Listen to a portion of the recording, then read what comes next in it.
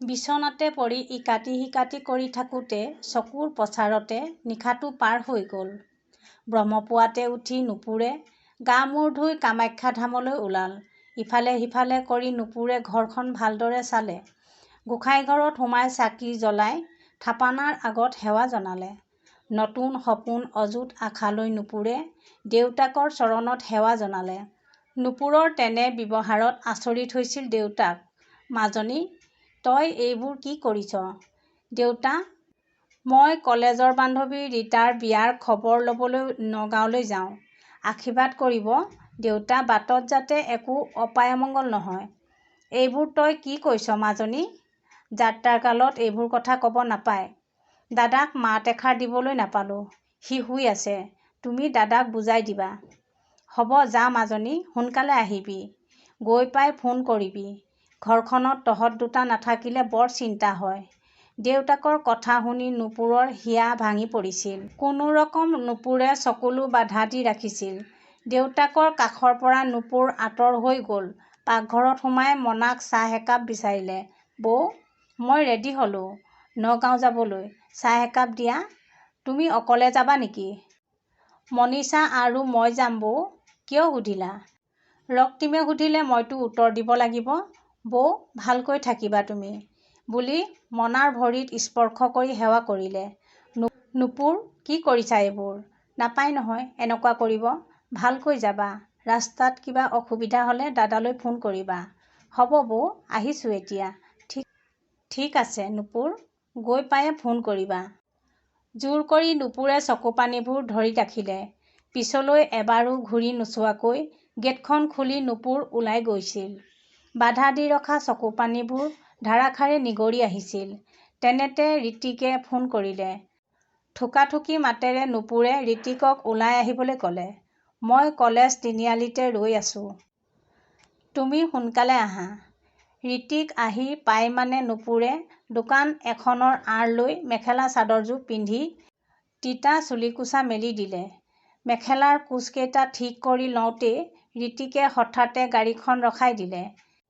মিঠা হাঁহি এটা মাৰি ঋতিকে নুপুৰক পুৱাৰ সম্ভাষণ জনালে। গুড মৰ্ণিং নুপুৰ। মৰ্ণিং। দুৱাৰখন খুলি লাহেকৈ নুপুৰ গাড়ীত বহিলে। ঋতিকে নুপুৰৰ মূৰত হাত বুলাই দিলে। ঋতিকৰ হাতৰ মৰমী স্পৰ্শত নুপুৰে হুকহুকাই কান্দিবলৈ ধৰিলে। নুপুৰৰ চকুৱে নিগৰি অহা টপত চকুলো ঋতিকৰ হাতত পৰিল। নুপুৰৰ দুচকুৱে নিগৰি অহা চকুলোৱে যেন ঋতিকৰ মনৰ সকলো মলিনতা ধুই নিলে। নুপুৰ, তুমি কান্দিছা কিয়? তোমাৰ কাৰণে মই দেউতা, দাদা, বৌ সকলোকে এৰি থৈ আহিছোঁ। তোমাৰ অবিহনে মই আধৰুৱা ঋতিক। তোমাক হেৰুৱাবলগীয়া হয় বুলিয়েই সকলোকে মিছা মাতি চিৰদিনৰ বাবে মই তোমাৰ কাষলৈ গুচি আহিলোঁ। আজিৰ পৰা তুমিয়েই মোৰ সকলো। তুমিয়েই মোৰ ভগৱান। তুমিয়েই মোৰ আপোনজন। বুলি কৈ নুপুৰে ঋতিকক সাবটি ধৰিলে। নুপুৰৰ কথাখিনি শুনাৰ পিছত ঋতিকৰ অন্তৰতো নুপুৰলৈ মৰম জাগিল। হঠাৎ যেন ঋতিকৰ চকু মেল খালে। ঋতিকেও নুপুৰক বুকুৰ মাজত সাবটি ল'লে। তুমি মোক সঁচাকৈয়ে বৰ ভাল পোৱা ন নুপুৰ? এতিয়াও বিশ্বাস হোৱা নাই নেকি? আজি মই বুজিব পাৰিছোঁ নুপুৰ। সঁচা প্ৰেমৰ কেতিয়াও মৃত্যু হ'ব নোৱাৰে। হাজাৰ বাধা আহিলেও সঁচা প্ৰেমক কোনেও বাধা দি ৰাখিব নোৱাৰে। মোৰ বাবেই তুমি আজি মৰমৰ মানুহবোৰক ত্যাগ কৰি আহিছা। তোমাৰ এই ত্যাগ অথলে নাযায় নুপুৰ। নাৰী হৃদয়ৰ ব্যথা আজি মই উপলব্ধি কৰিছোঁ। তোমাক মই সদায় সুখত ৰাখিবলৈ যত্ন কৰিম নুপুৰ। কিন্তু এটা কথা, তুমি ভবাৰ দৰে মই তোমাক ধনৰ সুখ দিব নোৱাৰিবও পাৰোঁ। কিন্তু তোমাৰ মনত মই কেতিয়াও দুখ নিদিওঁ। ধনেই সৰ্বস্ব নহয় ঋতিক। মৰম, ভালপোৱা আৰু বিশ্বাস থাকিলে প্ৰচুৰ ধন নাথাকিলেও সুখী হ'ব পাৰিম। মই তোমাক কথা দিলোঁ, ময়ো তোমাক সদায় সুখত ৰাখিবলৈ যত্ন কৰিম। নুপুৰৰ কপালত এটি মিঠা চুমা আঁকি দিলে ঋতিকে। ব'লা এতিয়া, নহ'লে বহুত দেৰি হৈ যাব।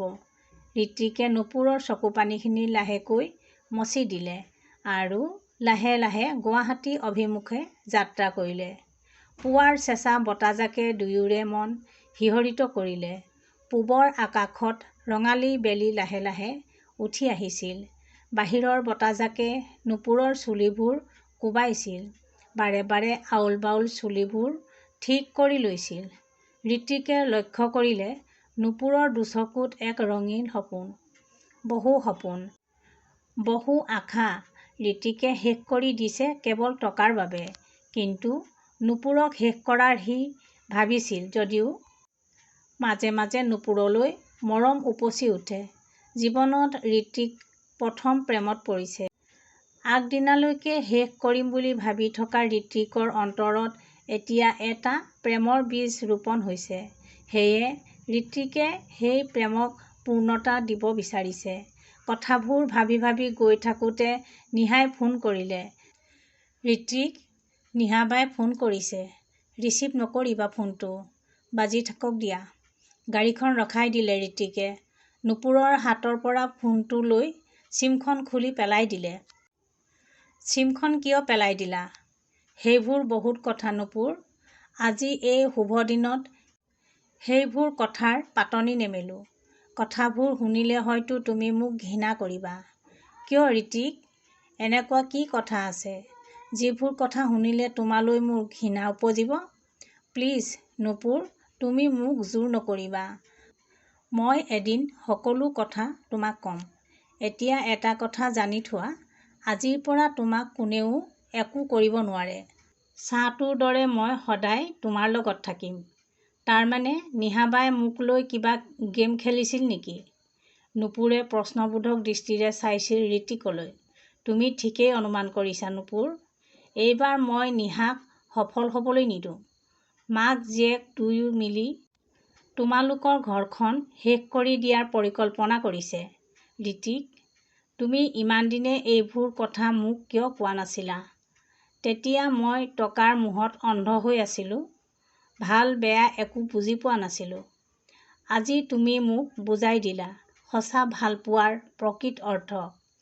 তোমাক কাষত পাই সঁচাকৈ মই বহুত সুখী। যিমান পাৰোঁ সিমান কষ্ট কৰিম, পৰিশ্ৰম কৰিম। তথাপিও বিপথে পৰিচালিত নহওঁ। কথা পাতি গৈ থাকোঁতে কেতিয়া যে নগাঁও পালেগৈ গমেই নাপালে। নুপুৰে গাড়ীখন ৰখাবলৈ কোৱাত হোটেল ইন্দ্ৰলোকৰ সন্মুখত গাড়ীখন ৰখাই দিলে। দুয়োটা গাড়ীৰ পৰা নামি গৈ চাহ একাপ খালে আৰু অলপ ইফালে সিফালে খোজকাঢ়ি আকৌ গাড়ীত বহিল। ক্ৰমে ক্ৰমে গাড়ীখন আগবাঢ়ি যাব ধৰিলে। নুপুৰে বেগৰ পৰা ফোনটো উলিয়াই সময়টো চালে। ৯:৩০ পাৰ হৈছে। ১১মান বজাত নিশ্চয় কামাখ্যা পাব। কামাখ্যা মাৰ আশীষ শিৰত লৈ দুয়ো যুগ্ম জীৱনৰ পাতনি মেলিব। ঋত্বিক, কথাটো মই ঘৰত জনাই দিওঁ নেকি? কোনটো কথা? আমি যে মন্দিৰত বিয়া হ'বলৈ গৈ আছোঁ, সেই কথাটো। এতিয়া নালাগে দিয়া। কামটো হোৱাৰ পাছত ময়ে দেউতালৈ ফোনটো কৰিম। ঋত্বিকৰ ফোনটো কিয় অফ হৈ গ'ল? নে কামবোৰ ভবামতে কৰিব পৰা নাই? ক'ৰবাত নিশ্চয় কিবা কেনা লাগিছে।